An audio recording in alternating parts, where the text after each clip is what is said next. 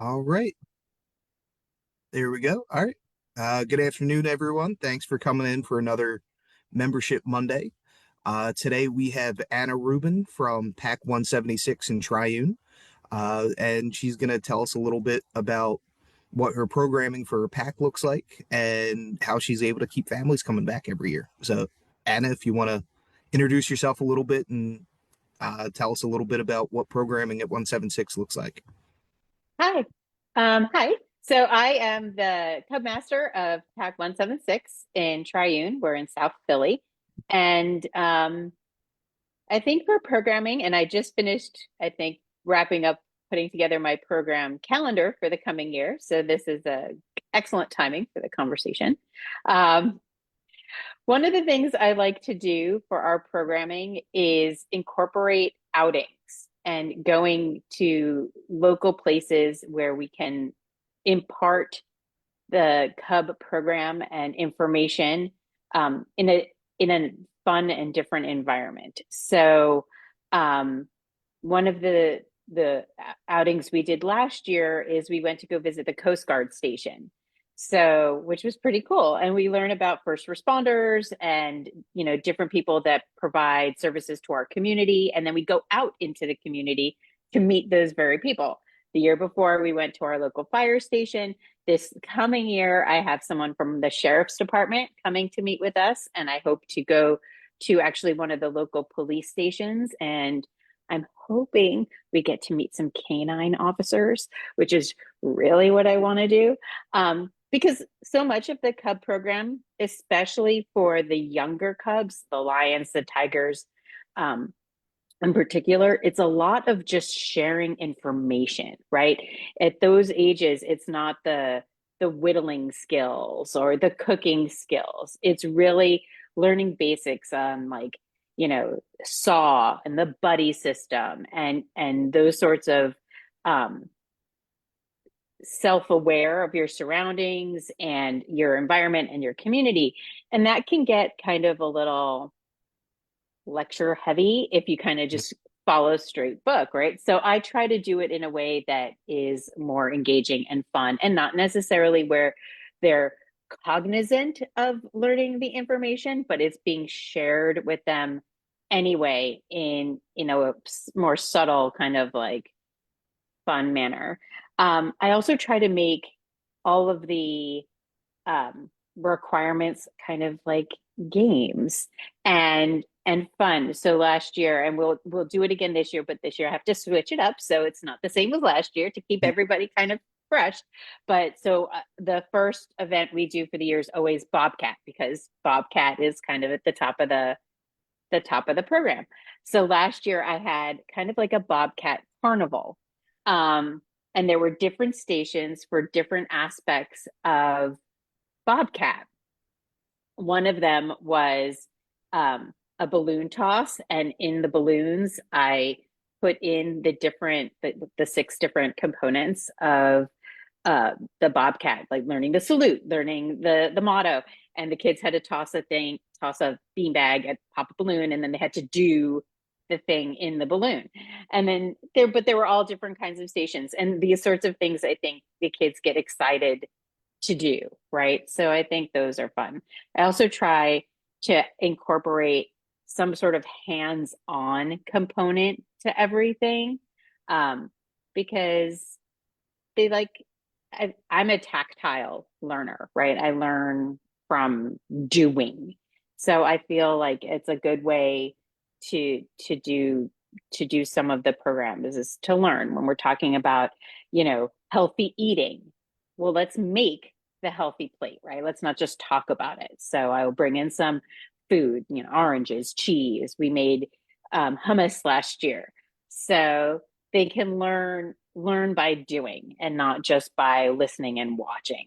So I think those are some of the things that keep people engaged. I also think it's not only important to keep the kids interested and engaged, but the parents who bring the kids, um, because they, in some ways, are just as invested, right? And I think, my interest in it, kept my kids' and interest in it when we show up at every meeting. And I'm excited to be there, especially for little kids when their parents are excited to be there. It trickles down, right? Like if the parent thinks it's a chore, the kid's going to think it's a chore as well. And so I try to keep the parents interested and engaged, and um, I talk to them and we do things together. And it's more of like a family event rather than necessarily a hyper kid focused thing.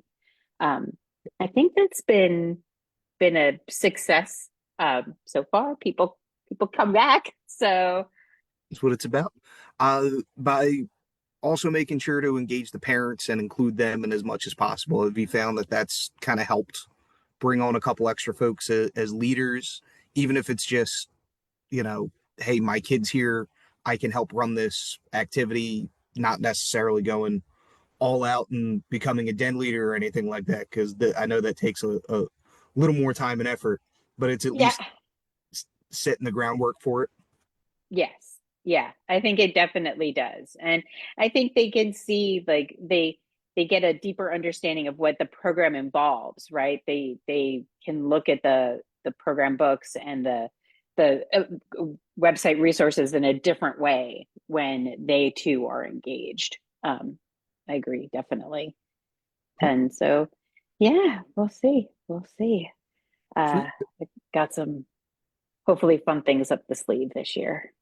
Great. So it sounds like the real key here is making sure that you always have some sort of hands-on thing to go with it, even if the requirements don't necessarily have anything like that.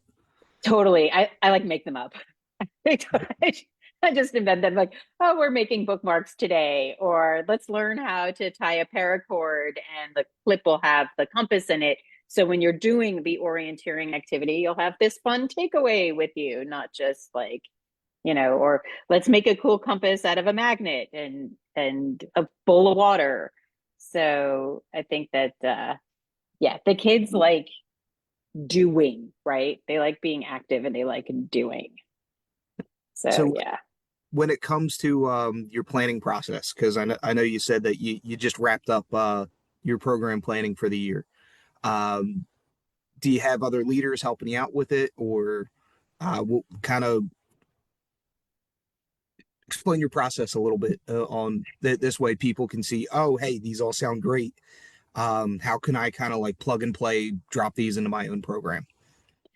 Well, one of the things I do is I actually look to see what's happening in the community, right? So I will lay out our calendar. I will open up the September to June calendar. I'll like highlight the weekends that we meet because we're second and fourth Saturdays of the month, and so I will pin those out. And then I know I always start with Bobcat, so that's like a done thing. First meeting Bobcat, and then I start looking, and I try to do um, the the major requirements, like the 6 pillars before the electives. So this way I know, because usually the kids will be able to knock out an elective.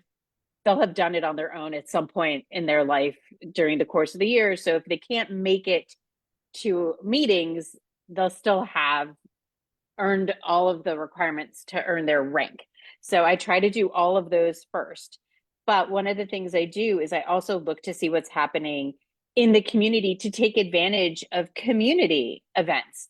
So in April, one of the things I hope to do is go over to Wissahickon, where they have different conservation events, especially around Earth Day. So we can do community service conservation work with Wissahickon, who's doing it kind of anyway. I usually clear it with them first because I don't want to like descend on them with like 20 cubs. I give them a heads up and let them know, like, hey, do you think this would be a good day for my pack to come join you? And usually groups have been very responsive. So I will do that, and I will try to do outdoor things first, and because I want to get it before the weather turns cold, and then I'll do the kind of more indoor friendly things kind of in the middle of the year. I know our Pinewood Derby is always in March, so I know that like the February March meetings are always going to be Pinewood Derby, so I kind of like can peg that out already, and we'll do a Pinewood Derby um, kind of clinic one day in February before the race where everybody will cut their cars. I schlep in all my power tools and it's a good time for all. Um, and then I kind of just do it that way. And then I confer with my den leaders. So once I've kind of put a rough plan in place, I then shoot it over to my den leaders and I ask them for their feedback and any ideas that they may have. This way, it's everybody can have buy-in, and I know my den leaders have certain ideas of what they're going to do with their dens, and then this way it can like all incorporate together. I I I do a lot of it, but I think it helps also, like it also helps our den leaders then have a structure, knowing what the other dens might be doing. And the way the new Cub program is that it is so cross den friendly. Because sometimes, we'll have two kids from Tigers show up and one kid from Wolf show up, and it's kind of hard to have a full on den meeting this way. But because I kind of structure it that we do the theme for a certain meeting, then everybody can all kind of work together if need be. It kind of works that way. So I kind of send out the theme, and then I'll plan the outings and let everybody kind of work around that this way, that it's like cleared that we're not on site and we know we're going somewhere that day. Um, but yeah, I never really thought about it, but I guess I kind of do have a do have a process. Hey, no, that's it's always good because then that's something you can replicate once you kind of notice those patterns, and hopefully that's Yeah. something some of the other leaders who may be watching can incorporate into their own planning process if they're looking to try something new or maybe build on whatever they've already been doing. Yeah, Uh, the summertime especially, like the summertime adventure loop, because that's a new one, right? Having these kind of informal pack meetings during the summertime for the adventure loop. I highly recommend taking a look at what's going on around town and just glomming on to one of those activities that exists and just like shoot out an email to your pack and just say, hey, we're going to meet up at this event. If you guys are around, come. And then it's a lot easier, I think. I think it's probably been a little bit more challenging to bring that on overall because it's a pack event, or rather than like doing a summertime stuff on your own as it used to be. So it's definitely look at what's going on in the community. There's a lot of stuff out there. yeah. All right. Well, I think we're starting to come up on our time. So, any last words of wisdom or tips or anything for all the other scouters out there? I say have fun with it. Make it fun. Make if it's fun for you, it's going to be fun for them. Couldn't have said it better myself. Well, really appreciate you taking a couple minutes for us today, Anna. Um, Anytime. we're looking forward to seeing how 176 is doing throughout the rest of this year. For all you folks at home, um, appreciate you tuning in for another membership Monday. There is a link in the comments, so if you want to leave a review of this series or drop a question that you'd like answered during our membership staff Q&A, you can find it right there in the comments. So until then, we will see you next week. Thanks. Thank you.